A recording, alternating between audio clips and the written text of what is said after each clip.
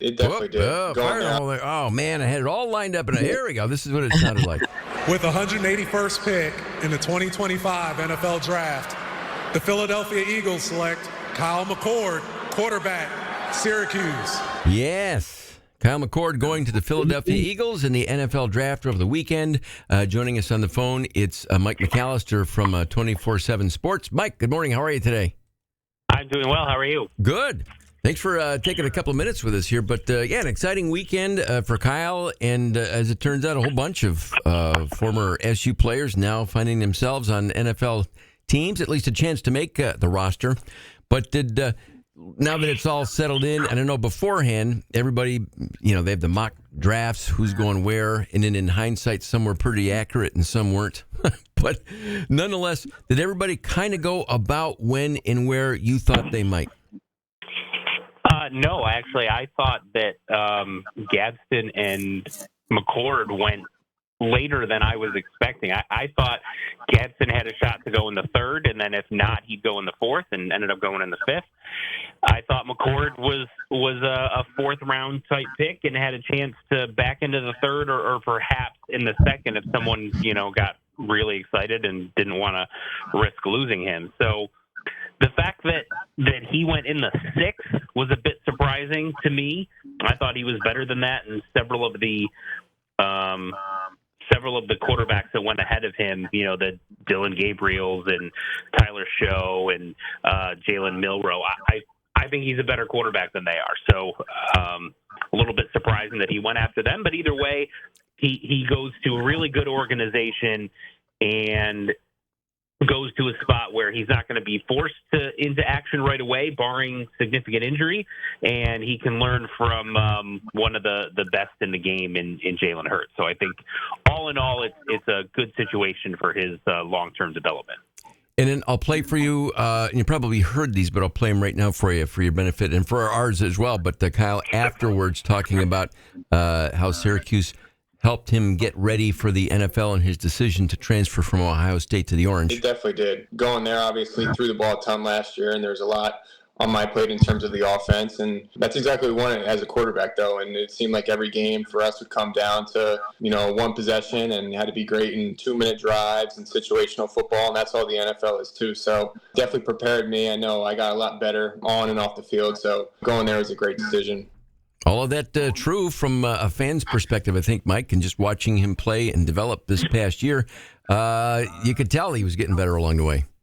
Yeah, no question. I think the biggest thing with him was that he had full control of the offense. He had the full trust of the coaching staff. And so they let him call his own audibles and call his own checks and, change the play at the line of scrimmage. A lot of things that you don't necessarily see at the college level and you see more at the NFL level. And so that will prepare him when he, is going through drills and practice and training camp and all that at his NFL home with the Eagles.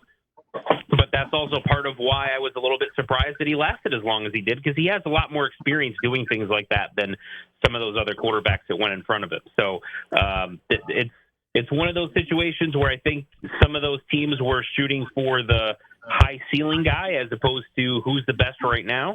And, that's part of the reason why a lot of teams hit rate on quarterbacks in the draft is so low, is because I think sometimes they overthink it a little bit and take the guy that, if everything pans out, could end up being really good as opposed to the guy who's already really good.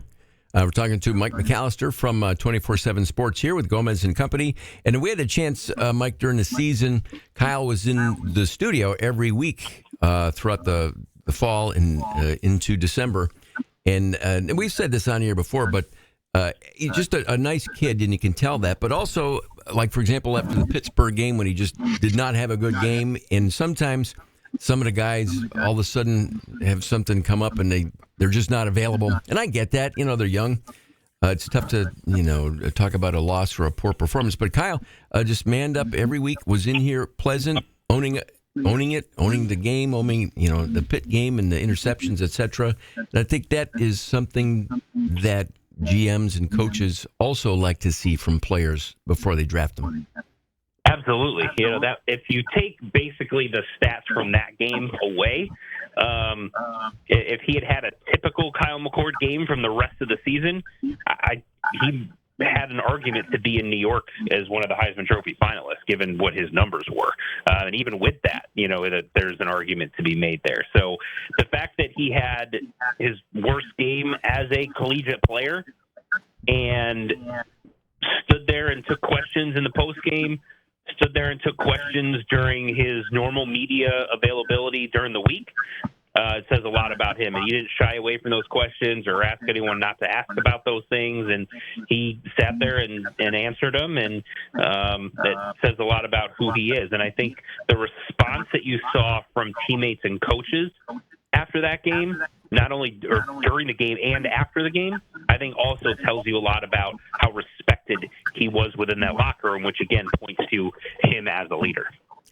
Now, moving forward into the fall, obviously, Coach Fran Brown and every other college coach still putting their rosters together and grabbing guys from the portal. Coach Fran getting Steve Angeli from Notre Dame to commit and play for him next year. Clearly coming in, Ricky Collins had been given that QB1 nod, but as Coach Fran said, he loves competition, and the whole goal is for everybody to get better. Does that kind of throw a little bit of tension in the quarterback room? I don't think so, just because knowing what we've learned about Fran Brown over the last year and a half or so, is that he's extremely transparent and communicates with his players. So I can't imagine that Ricky Collins was surprised by the fact that this happened.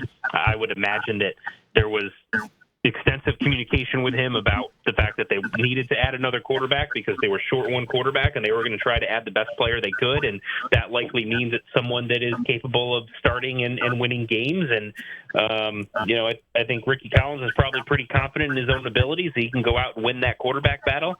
So I don't think it's going to cause any issues. I think if it had, you would have seen Ricky jump into the portal when all this stuff was going on, and he did not do that, which is a good thing for Syracuse. So, it's an opportunity for Syracuse to have a stronger quarterback room, to have a very strong backup, whoever that ends up being, and going into next season with a couple of guys that they feel can win games for them.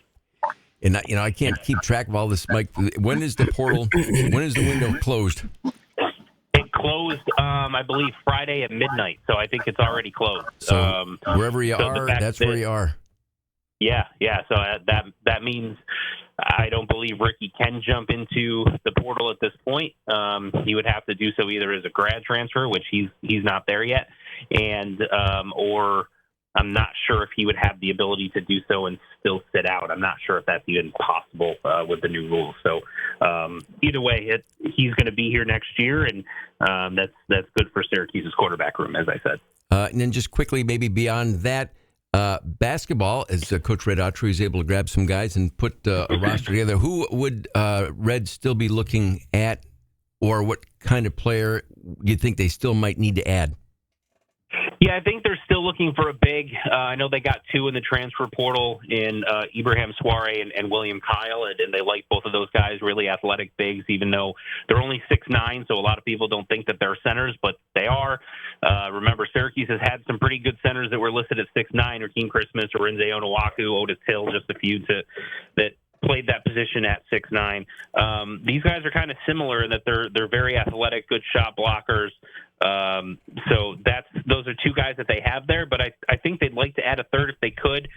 And then another wing, someone that can play small forward for them, because really right now you've got one guy in Nate Kings that they got from the transfer portal from Oregon State. He's a really good shooter and a really good player, very highly thought of, but they're lacking a little bit of depth there. So if they can find someone that, maybe a combo forward that can play a little small forward and power forward, I think they'd feel pretty good about their roster at that point. But I also don't think that they're in the business of turning away talent. So even though their backcourt's pretty loaded, they got a lot of bodies back there. I think if there was a really good guard that wanted to come to Syracuse, that they wouldn't tell them no just because they already have several of those on the roster. So, Mike, this weekend, did you just sit and watch the draft all weekend long? Yeah, pretty much I did. Yeah, start to finish, Thursday through the whole weekend, all 7 rounds. Yeah, I watched the whole thing, and it's funny because we're Eagles fans in my house. So when we were watching the 6th round in my living room, and they announced Kyle McCord to the Eagles. My son jumped up and started screaming, jumping up and down, like he was thrilled. He's already saying, "Oh, we need to bench Jalen Hurts for Kyle McCord." Which, Okay. that's a little absurd, but he's young, so he was really excited. We were pretty pumped that pick came through, so it was pretty cool. Well, I know there's a lot of Central New York football fans who are Philadelphia Eagles fans because Donovan McNabb ended up playing there. So let's continue that, right? Absolutely. That's how I became an Eagles fan. So, there's a lot of them around for that reason, for sure. Hey, Mike, thanks. I know it's a real busy time for you. Appreciate the few minutes this morning. Stay in touch, and we'll see you soon. I appreciate it. Thanks for having me on. All right. That is Mike McAlister from 24/7 Sports.